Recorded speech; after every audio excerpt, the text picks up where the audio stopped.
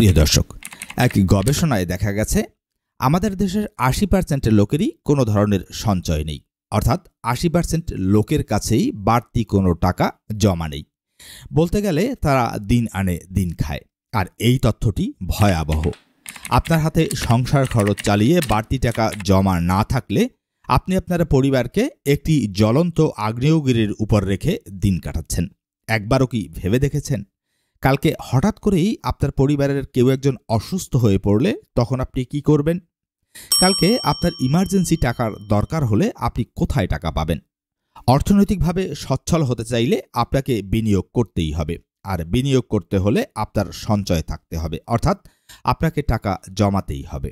প্রিয় দর্শক, কিন্তু কেন আমাদের কোনো সঞ্চয় নেই? শত চেষ্টা করেও কেন আমরা টাকা জমাতে পারছি না? সমস্যাটা কোথায়? জানলে অবাক হবেন যে যিনি মাসে ২০,০০০ টাকা বেতন পান তারও কোনো ধরনের সঞ্চয় নেই, আবার যিনি ১,০০,০০০ টাকা বেতন পান তারও কোনো সঞ্চয় নেই। আজকের ভিডিওতে আমি কেন আমরা টাকা জমাতে পারছি না তা নিয়ে যেমন আলোচনা করব, পাশাপাশি কিভাবে টাকা জমাতে হয় তার একটি অত্যন্ত কার্যকর পদ্ধতিও আপনাদেরকে জানিয়ে দেব। ভিডিওটি দেখার পরে টাকা জমানো আপনার কাছে পানির মতো সহজ মনে হবে। শত চেষ্টা করেও আপনি খরচ কমাতে পারছেন না। আপনার কি কোনো সঞ্চয় নেই? আপনার কি কোনো বিনিয়োগ নেই? আপনি কি দিনকে দিন আরও ঋণের জালে জড়িয়ে যাচ্ছেন? প্রিয় দর্শক, আমি একজন পার্সোনাল ফাইন্যান্সিয়াল ম্যানেজমেন্ট কনসালটেন্ট।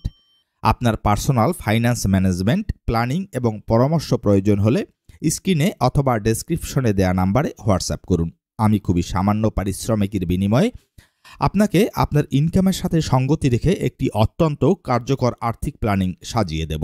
চলুন শুরু করা যাক।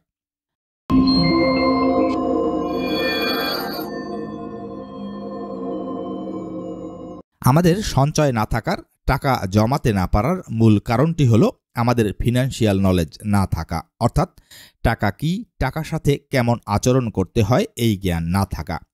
আমাদের স্কুল, কলেজ, বিশ্ববিদ্যালয়গুলো আমাদের এই জ্ঞান দেয় না। আমাদের পরিবার আমাদেরকে এটা শেখায় না। এমনকি আমাদের পরিবারে টাকা পয়সা নিয়ে কথা বলাটাকেও নিরুৎসাহিত করা হয়। আমরা ছেলেবেলা থেকে ভাব সম্প্রসারণ করে আসছি যে অর্থই সকল অনর্থের মূল। প্রিয় দর্শক, আমরা যারা চাকরি করছি বা ছোটোখাটো ব্যবসা করছি, আমরা যে টাকা বেতন পাই বা আয় করি তা দিয়ে সঞ্চয় তো দূরের কথা, আমাদের পরিবারের মাসিক খরচ নির্বাহ করতেই আমরা হিমশিম খাই। আমরা ভাবি আর একটু বেতন বা আয় বাড়ুক, তারপর সঞ্চয় শুরু করব। আর এমনটা ভাবতে ভাবতেই বছরের পর বছর চলে যায়, কিন্তু আমরা আর সঞ্চয় শুরুই করতে পারি না। আমাদের বেতন বা আয় ঠিকই বাড়ে, কিন্তু পাল্লা দিয়ে বাড়ে আমাদের খরচও। বেতন বাড়লেও দুজনের সংসার ৪ জনের হয়, সাথে বাড়ে খরচ। ফলে আমাদের আর টাকা জমানো হয়ে ওঠে না। এ যেন একটা অদৃশ্য ইঁদুর দৌড়, এ এক দুর্ভেদ্য অন্তর্জাল। কিছুতেই যেন আমরা এই জাল ছিঁড়তে পারি না। আর পারি না বলেই আমরা অর্থনৈতিকভাবে সচ্ছল হতেও পারি না।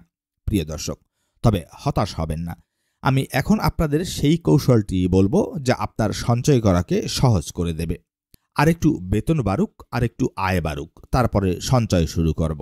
এমনটা ভাবলে আপনি কোনোদিনও টাকা জমাতে পারবেন না। টাকা জমাতে চাইলে আপনাকে এমন একটা ফর্মুলা মানতে হবে যে ফর্মুলাটি সারা পৃথিবীতে খুবই জনপ্রিয় এবং কার্যকর।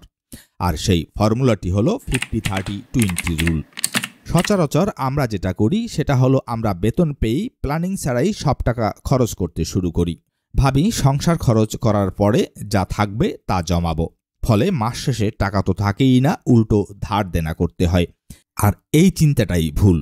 এরকম ভুল চিন্তার কারণেই আপনি এতদিনে টাকা জমাতে পারেননি।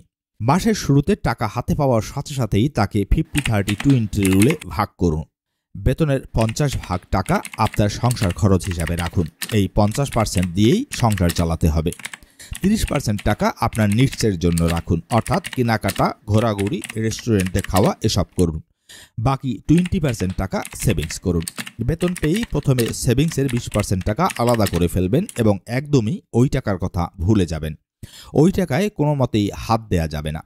কেবলমাত্র এই প্রক্রিয়ায় আপনি টাকা জমাতে পারবেন। সারা পৃথিবীতে টাকা জমানোর এটাই একমাত্র কার্যকরী ও শ্রেষ্ঠ ফর্মুলা। এই ফর্মুলায় সবাই টাকা জমায়। বহু স্বল্প আয়ের মানুষ এই নিয়মে টাকা জমিয়ে মিলিয়নিয়ার হয়েছেন। এভাবে কিছুদিন টাকা জমানোর পরে সেই টাকা আপনাকে অবশ্য বিনিয়োগ করতে হবে, সেটা একটা আলাদা আলোচনা। ইনভেস্টমেন্ট নিয়ে ভিডিও চাইলে দয়া করে কমেন্ট করে জানান। প্রথম দিকে এই নিয়ম ফলো করতে আপনার হয়তো কষ্ট হবে, কারণ এতদিনের বাজে খরচের অভ্যাস পরিবর্তন করা সহজ নয়। তবে এক সময় এটা আপনার অভ্যাসে পরিণত হবে, আর তখন নিজের কাছেই আপনার ভালো লাগবে। মনে রাখবেন, ধনী হওয়া কোনো সহজ খেলা নয়। ভালো কিছু পেতে হলে আপনাকে অবশ্যই কষ্ট সহ্য করতে হবে।